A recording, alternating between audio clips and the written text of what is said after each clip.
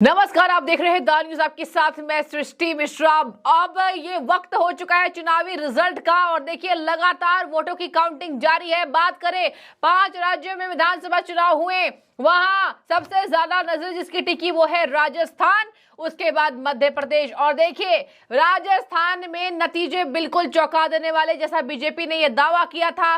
कल तक बीजेपी के दिग्गज नेताओं ने कहा कि हम जीत कर आएंगे और बहुमत का आंकड़ा पार करेंगे। बता दें आपको, राजस्थान से सबसे चौंका देने वाली खबर, बीजेपी ने 100 सीटों का आंकड़ा पार कर लिया। ब्रेकिंग न्यूज इस वक्त की, जहां 199 विधानसभा सीटों पर यह लड़ाई हुई थी। एक प्रत्याशी कांग्रेस की जिनकी मृत्यु हो गई थी, उसकी वजह से सीट 200 से घटकर 199 हो गए थे। और सबसे अहम बात, तिजारा से बाबा बालक नाथ जो कि महंत है, जिनके वजह से राजस्थान का पासा पलटा और उन्हें सीएम फेस भी देखा गया।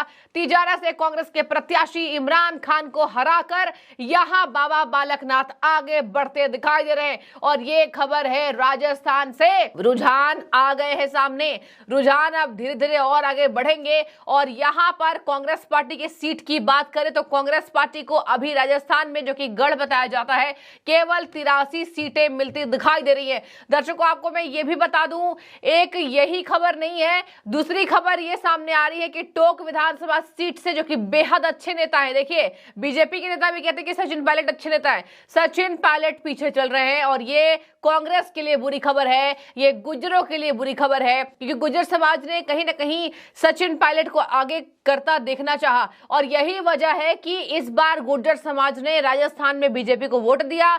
18 में हमने देखा राजस्थान में बीजेपी हारी थी और गुर्जरों का एक बहुत बड़ा तबका कांग्रेस को वोट दिया था ताकि सचिन पायलट को मुख्यमंत्री वो बनता देखे, बट ऐसा नहीं हुआ। और अब टोंक से सचिन पायलट जी पीछे चल रहे हैं। बहुत बुरी खबर ये कांग्रेस पार्टी के लिए। एक और झटका कांग्रेस पार्टी के लिए, मध्य प्रदेश की रुझानों को भी मैं आपको बताना चाहूंगी।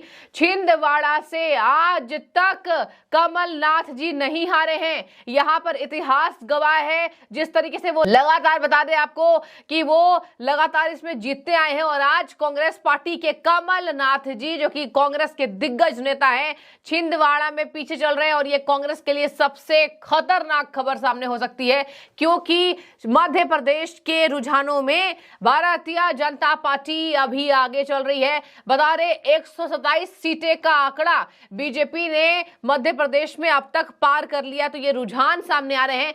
हालांकि रुझान भी ऊपर नीचे हो जाते हैं क्योंकि वोटों की काउंटिंग लगातार जारी रहती है, लेकिन देखिए एक एक सीट का आंकड़ा ये आता दिखाई दे रहा है। बता दें आपको, फिलहाल अगर हम बात करें आज तक की, तो आज तक भी ये कह रहा है कि बीजेपी 128 सीटों पर मध्य प्रदेश में और कांग्रेस पार्टी 99। बात की जाए 13 सीटों का लॉस यहां कांग्रेस पार्टी को हो रही है और यहां मध्य प्रदेश में 19 सीटों पर फायदा भारतीय जनता पार्टी को हो रहा है। हमें पूरा यकीन है कि 3 राज्यों में हमारी सरकार बन रही है और हम बहुत ही अच्छी बढ़त देखेंगे। एक बड़े फोर्स के तौर पर तेलंगाना में भारतीय जनता पार्टी उभरेगी। लेकिन जहां तक बात है राजस्थान की, मध्य प्रदेश की और छत्तीसगढ़ की, हमें लगता है हमारा प्रदर्शन बहुत ही शानदार रहेगा और बहुत ही अच्छी और स्पष्ट जीत भारतीय जनता पार्टी की होगी। कमल ही खिलेगा वहां पे इन तीनों राज्यों में। अरे अशोक गहलोत जी ने तो पहले ही हाथ डाल दिए हैं, उन्होंने हाथ खड़े कर दिए हैं और कह रहे हैं साफ तौर से कि भाई हम तो हारने की कगार पर हैं। और कह रहे हैं कि देखिए धर्म का कार्ड अगर खेला नहीं होगा तब हम जीतेंगे। यानी कि कहीं ना कहीं वो मान रहे हैं कि उनकी हार। धोखेबाजी की बात अगर कांग्रेस पार्टी करे तो थोड़ी हंसी आती है, लेकिन आप सोचिए जरा, 18 साल बाद भी जो शानदार प्रदर्शन रहा है भारतीय जनता पार्टी का, जिस तरह की मेहनत की है शिवराज जी ने घर घर जाकर, और जिस तरह का विश्वास है लोगों को उनके नेतृत्व में, और जिस तरह का काम हुआ है, पूरे मध्य प्रदेश की जो शक्ल और सूरत बदली है, तस्वीर बदल गई है वहां पे, जाहिर सी बात है लोग फिर से विकास को, शिवराज जी को, भारतीय जनता पार्टी के काम को एक बार फिर से मोहर लगाएंगे। इस बात का मुझे पूरा यकीन है। ये बहुत ही अफसोस की बात है कि उन्होंने बहुत जल्दी से ही ढोल बजाने शुरू कर दिए हैं। अभी थोड़ा इंतजार करना चाहिए और सबको इंतजार करना चाहिए। जो भी हार होगी, जो भी जिसकी जीत होगी, हम उसको मुकाबला करेंगे और उसको हम समझेंगे। लेकिन पहले से ढोल बजाना शुरू कर देना और नगाड़े लेकर नाचना शुरू करना, मुझे लगता है थोड़ी जल्दबाजी है। Thank you. इधर राजस्थान आ जाइए। 199 सीटों के आंकड़े में भारतीय जनता पार्टी ने 100 का आंकड़ा अभी अभी पार किया। 100 के आंकड़े पर बीजेपी आगे चल रही है। तो जैसा हमने देखा किस तरीके से ये विधानसभा चुनाव को दिलचस्प बनाया गया, किस तरीके से ये विधानसभा चुनाव में रुझान सामने आ चुके हैं, और मैंने आपसे बार बार कहा था कि हमें रिजल्ट का इंतजार करना पड़ेगा। किस तरीके से कल सभी नेताओं ने दावे किए, ना कांग्रेस पीछे ना बीजेपी पीछे, लेकिन तिजारा में बाबा बालकनाथ ने ये बिल्कुल पासा पलट कर रख दिया है। और इसी के साथ यहां पर नरेंद्र मोदी के नेतृत्व में बीजेपी राजस्थान में आगे बढ़ती दिखाई दे रही है, जैसा कि कल राजेंद्र राठौर ने कहा था। इसके साथ मैं आपको बता दूं, वर्धन सिंह राठौर जो कि जयपुर की ग्रामीण विधानसभा सीट से हैं, उनके बारे में बता दी जाए तो राज्यवर्धन सिंह राठौर भी यहां अपनी सीट से रुझानों में आगे चलते दिखाई दे रहे हैं। तो राज्यवर्धन राठौर आगे है, बीजेपी की वसुंधरा राजे आगे चल रही हैं। सरदारपुरा से अशोक गहलोत के लिए खुशखबरी, अशोक गहलोत आगे चलते दिखाई दे रहे हैं। लेकिन यहां कांग्रेस को सबसे बड़ा झटका मध्य प्रदेश में लगा। छिंदवाड़ा में कमलनाथ जी पीछे चल रहे हैं, जो कि आज तक अपने सीट कभी नहीं हारे हैं। देखिए, ये बात चली आ रही है, ये ऐसी बात नहीं कि हाल फिलहाल में कमलनाथ जी कभी हारे हो।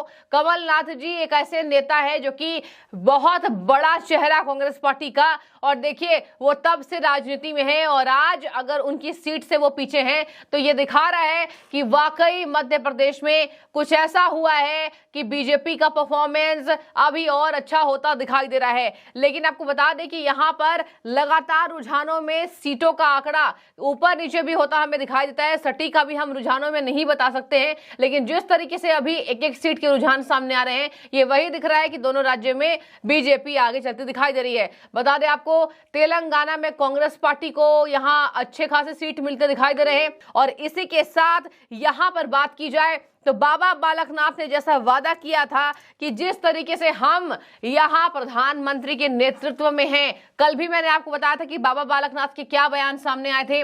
बाबा बालकनाथ ने कहा था हम सभी प्रदेश में अपनी जीत हासिल करेंगे, और अगर जहां हम जीत हासिल नहीं भी करेंगे तो वहां हम और मेहनत करेंगे। प्रधानमंत्री के नेतृत्व की वजह से कम हम चुनाव लड़ रहे हैं। तो देखिए, ये बहुत बड़ा शुक्राना उन्होंने प्रधानमंत्री का अदा किया था और कह दिया था कि किस तरीके से यहां पर प्रधानमंत्री के नेतृत्व में प्रदेशों में भारतीय जनता पार्टी की जीत हो रही है। बता दें आपको, वीवीआईपी सीटों पर कौन आगे पीछे एक बार नजर डाल लेते हैं। अशोक गहलोत सरदारपुरा सीट से आगे, वसुंधरा राजे झाझा पाटिल से सीट से आगे, बालकनाथ योगी तिजारा से आगे, राज्यवर्धन सिंह राठौर झोटवाड़ा सीट से आगे, और सचिन पायलट के लिए बुरी खबर, टोंक से वो पीछे चल रहे हैं। सचिन पायलट के लिए एक बुरी खबर यही है क्योंकि सचिन पायलट ने भी दावा किया था इस बार वो टोंक से जीतेंगे, और इसी के साथ एक बड़े चेहरे हैं, गुज्जर का बड़ा चेहरा है, गुज्जरों का वोट बैंक है। और इसी के साथ मैं आपको बता दूं, सचिन पायलट और अशोक गहलोत के बीच हमने देखा अंतरकलह भी चरम सीमा पर रही।